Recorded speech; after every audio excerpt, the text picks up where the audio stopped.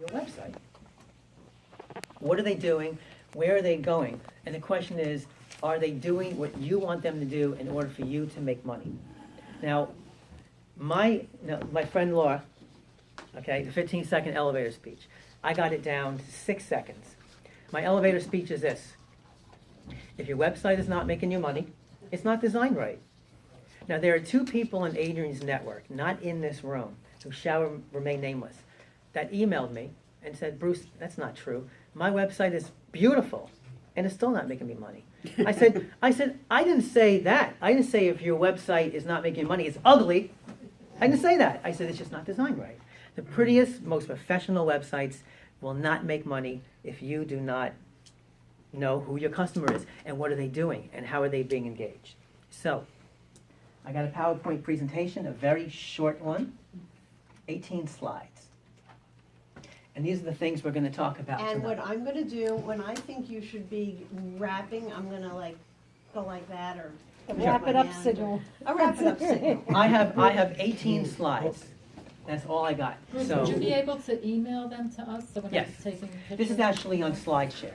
So I'll send everyone the SlideShare Right. address. That's great. So what we're going to talk about tonight is engagement, knowing your visitors, and measuring.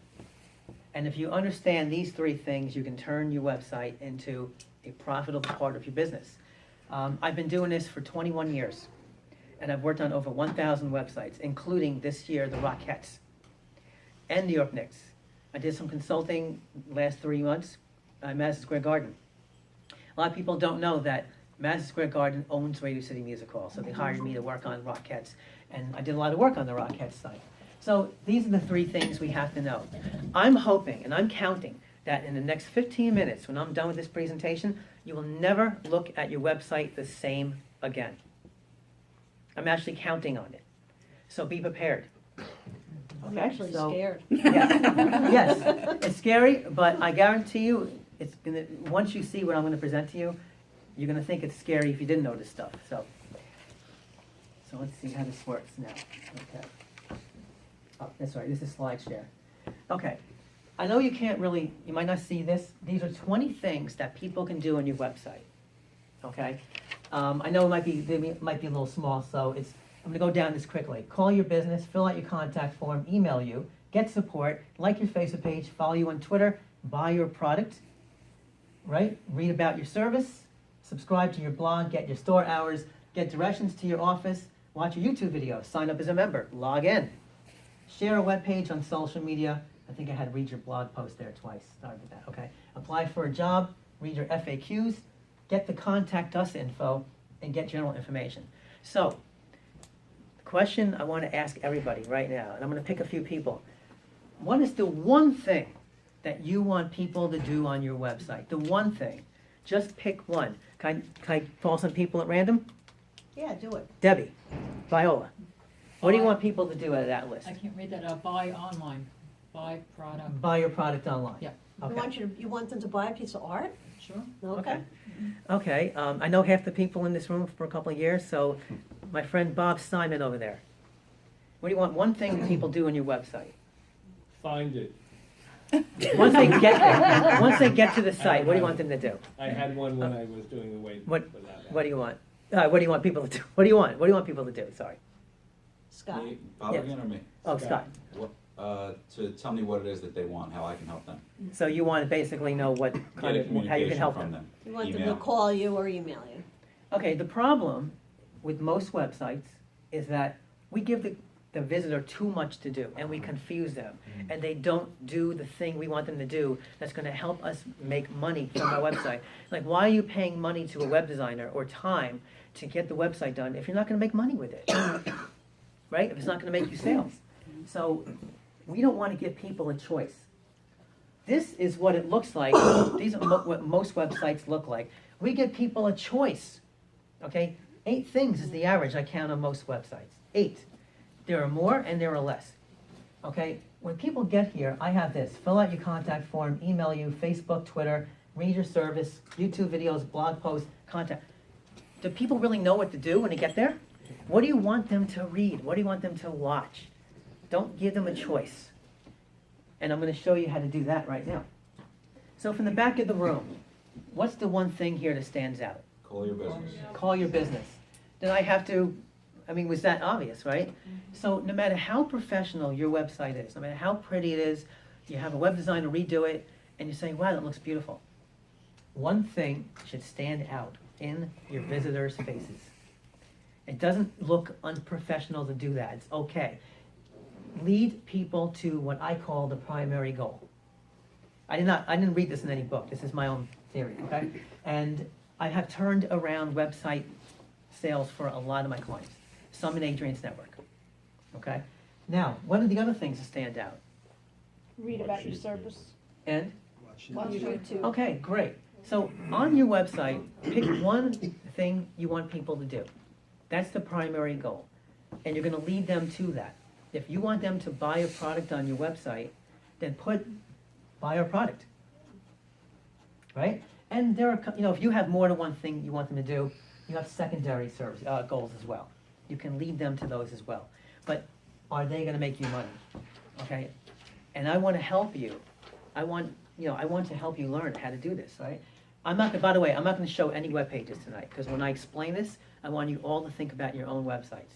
There's no websites I'm gonna show tonight. This is all from my 20-year experience, okay? So all these other things, it's okay. You want them to like your Facebook page? That's great. You want them to follow you on Twitter, watch your YouTube videos? Fantastic. These don't have to be in people's faces. They can be anywhere on your website, in your header, in your footer, not even on the home page. But the primary goal should be on the home page and every page in the header. Why is that? Why should it be in the header? So you can see it. As far as they read. Because visitors, and I'm going to talk about the visitors soon, are lazy. They don't want to scroll. They need you to tell them what to do. There's so many websites that just don't tell the visitor what to do. So this is what it looks like. These things can go anywhere. They don't have to be in the home page. But your primary goal has to be everywhere. So many websites you see though, the contact us is this little tiny button on the I'm bottom. going to talk about the contact us. Okay. So I'm going to talk about that.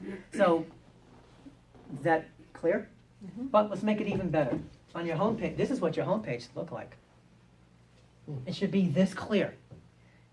Okay, if you want people to know about your business, and you really must have them know about you, then fine, make about us, make that link the number one thing they see.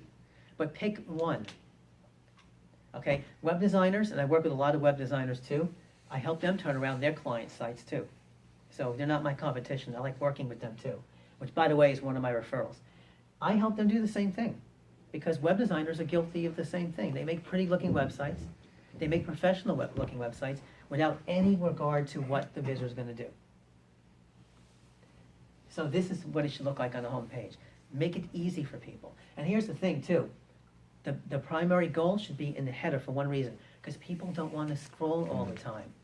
Okay, this is one misconception that website owners have, that visitors that come to your site know everything that you know that's on your website. They're gonna read everything that's on your website. They don't. They get very bored, they have very small attention spans. Most people have ADD, most people are stressed and tired and achy from moving the mouse around all day and pressing the mouse.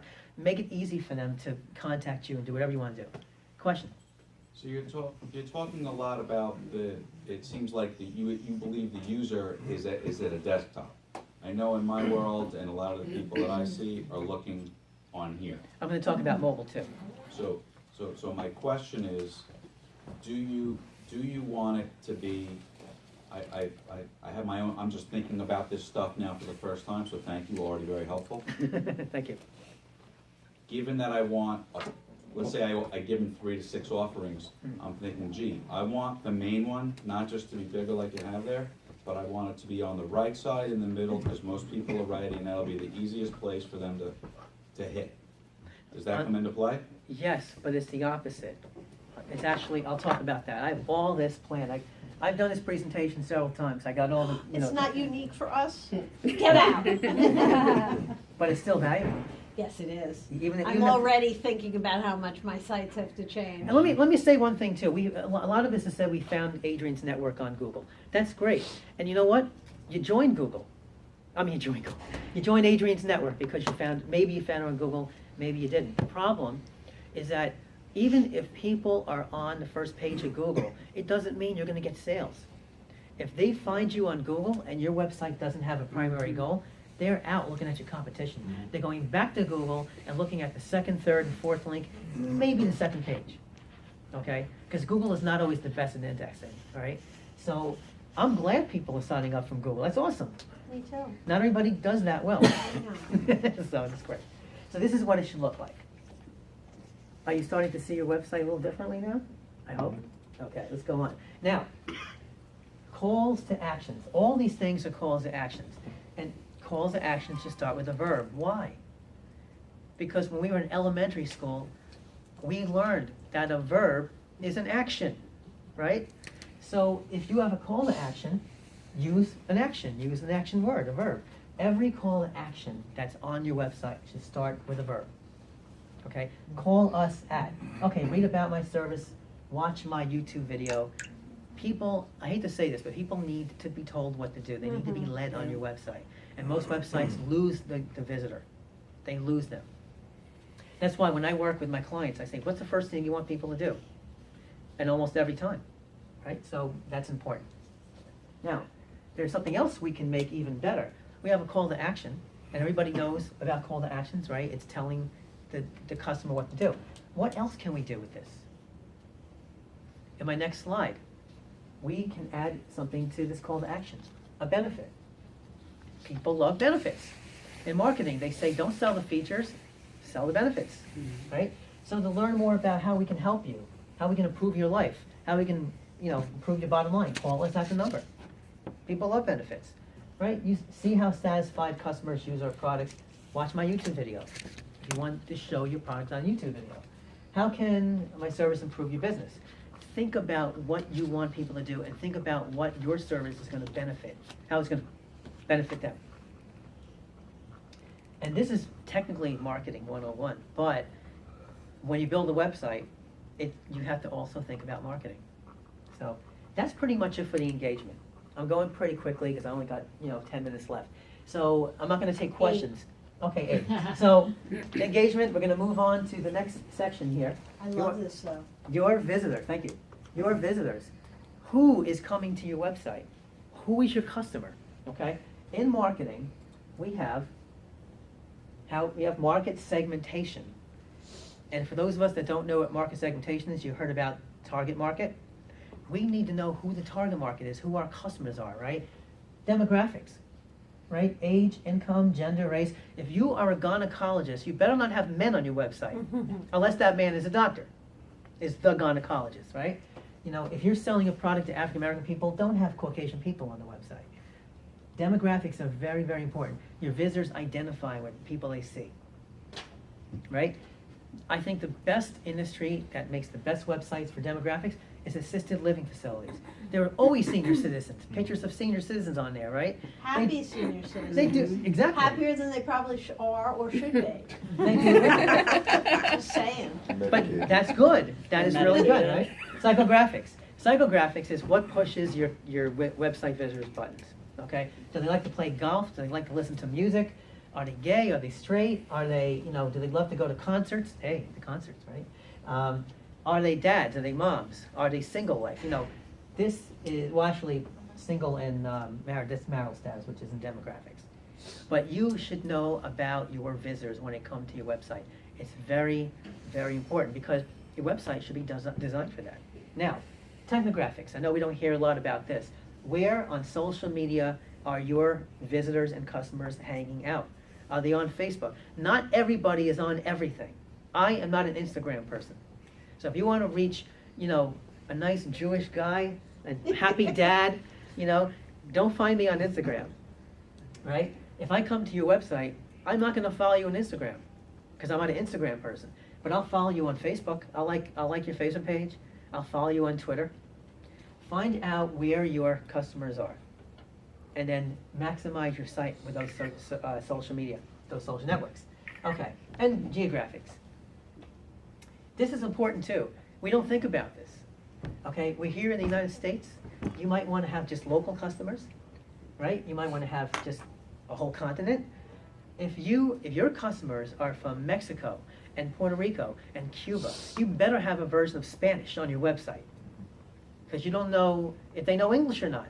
And people who don't know how to speak English are gonna read the English and go, I don't know what this means.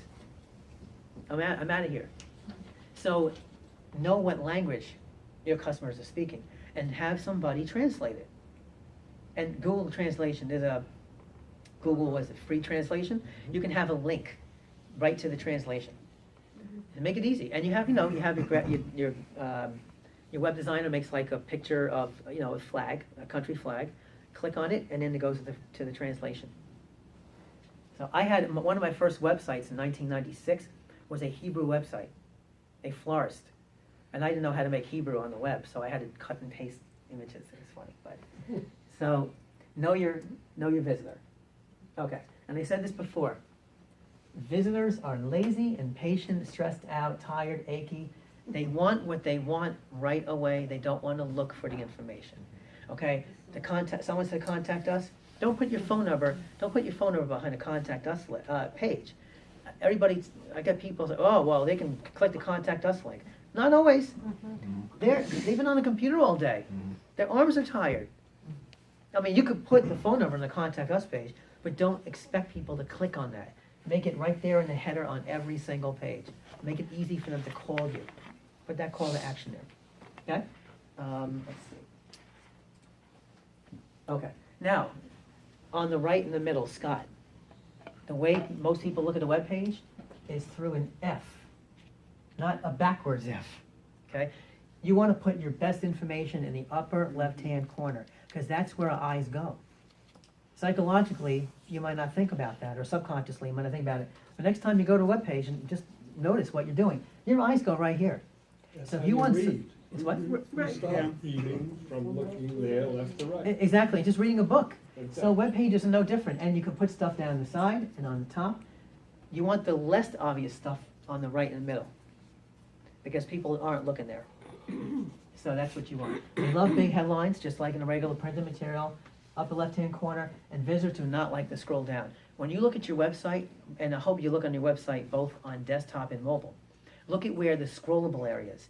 Okay, everything before people scroll is what they're going to see before they scroll. And if they want to see the rest of it, they have to scroll down, and they might not do that. Don't expect them to read all that text.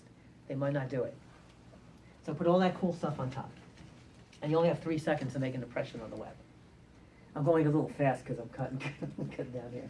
I'm gonna go through this quickly. Misconceptions. Website owners think that your visitors are gonna read all the text on your website. The about us, the intro text, none of that stuff. The happy text. What's happy text? Welcome to my website. I love to help you. No, nobody cares about that. All they want to do is find what they need to find. It's nice to have the happy text. I get that. But that's wasted real estate on your website. And Stephanie Cockrell, on her January 3rd, she sent out the member spotlight. She said, whatever your year is, make sure it says 2017. Yeah. On January 1st, do not say the previous year, because right away your website's out of date, even on New Year's Day. Okay? That's something I do for my clients. I can have this automated. So January 1st, 11:59, on December 31st, it's going to say 2017. 1 minute later, it's going to say 2018. You don't have to worry about it, and I can do that for you. Do it for me now. Mine still says for 1 year. It probably says 2013. Oh, by the way, and I've worked on AdrianMiller.com. What was it, 2010, I think? So I can help Yeah, you with you've that. done a lot of stuff. You got so much to do. And- I'm sitting here now. I'm like nauseous thinking about my old sites. All right, let's measure everything. Now, how many people have Google Analytics?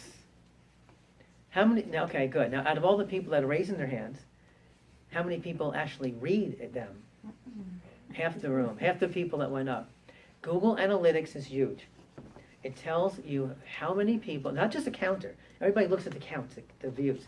It tells you how many people are on the site at any given time, how long they're on the site, your most popular web pages.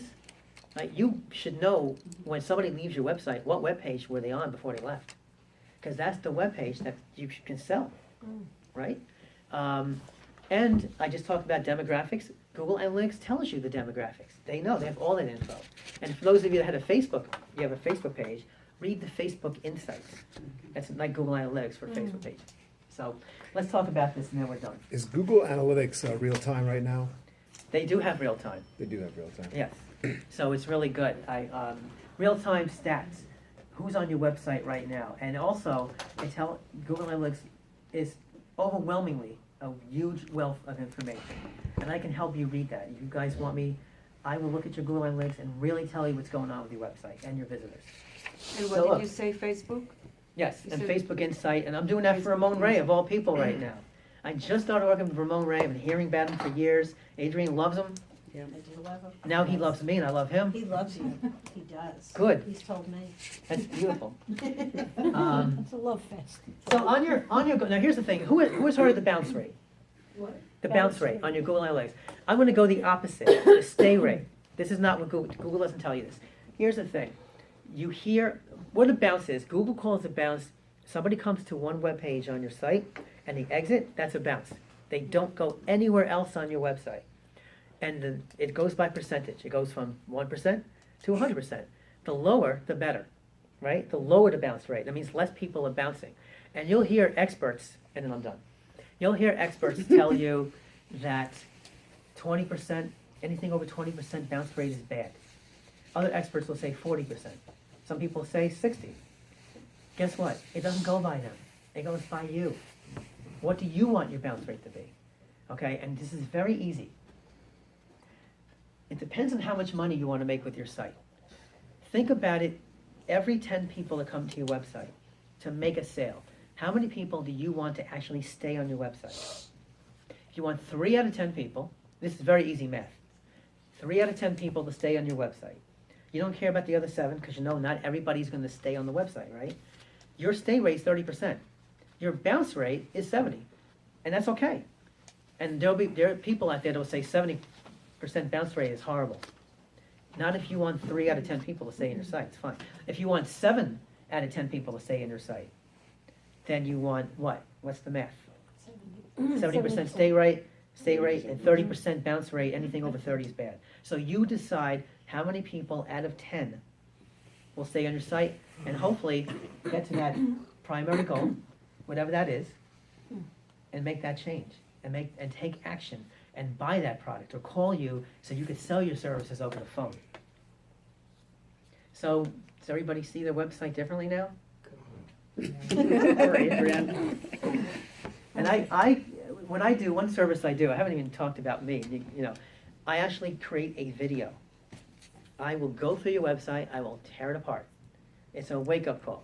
And trust me, if you want to make money on your website, that wake-up call is very, very important. I will tell you what to move, where, what shouldn't be in the right place, or shouldn't be in the wrong place, what you could move in order to get the visitor to become a customer. And if the person wanted you to do all the things you said should be done, that you could do it also. You can do it also if you. You could do it. Yes. You. Oh, I can do it. Yes. You. Yes, you can hire me and I can make the changes. But I will definitely. I know in networking we're not supposed to say, and you can hire me, but you could do it. Yes. Yes. Well, I just taught everybody some stuff, so I figured I'd earn that part. And I'm done. Now, I want to tell you quickly, I want to give you 90 seconds on me. Like I said, been building websites for over 20 years. I've worked on everybody from Fortune 500 companies to small mom and pop shops. I work with your budget. I charge anywhere from $100 to a website to $50,000 for a website. Not everybody can afford that, so I'm right in the middle. Whatever you guys want, I work with your budget. I tell you what you can get. My accomplishments, I just spoke this summer at the United Nations on web development, on WordPress. And I was actually talking to 250 people in the room about how to build a WordPress site. And I also traveled to University of Cincinnati and Jacksonville. I'm working with a lot of people in Adrian's network. So I would love to just, help you out with your site. I'm done. Take some quick questions. That was, yes, if there are two, well, first I want to take a picture, and then 2 quick questions, but of course you know that you can look at all the messages I'm getting from a million You people. want the video? Most of them, they couldn't make it, right? Well, I You would, gonna stop us? Yeah, I,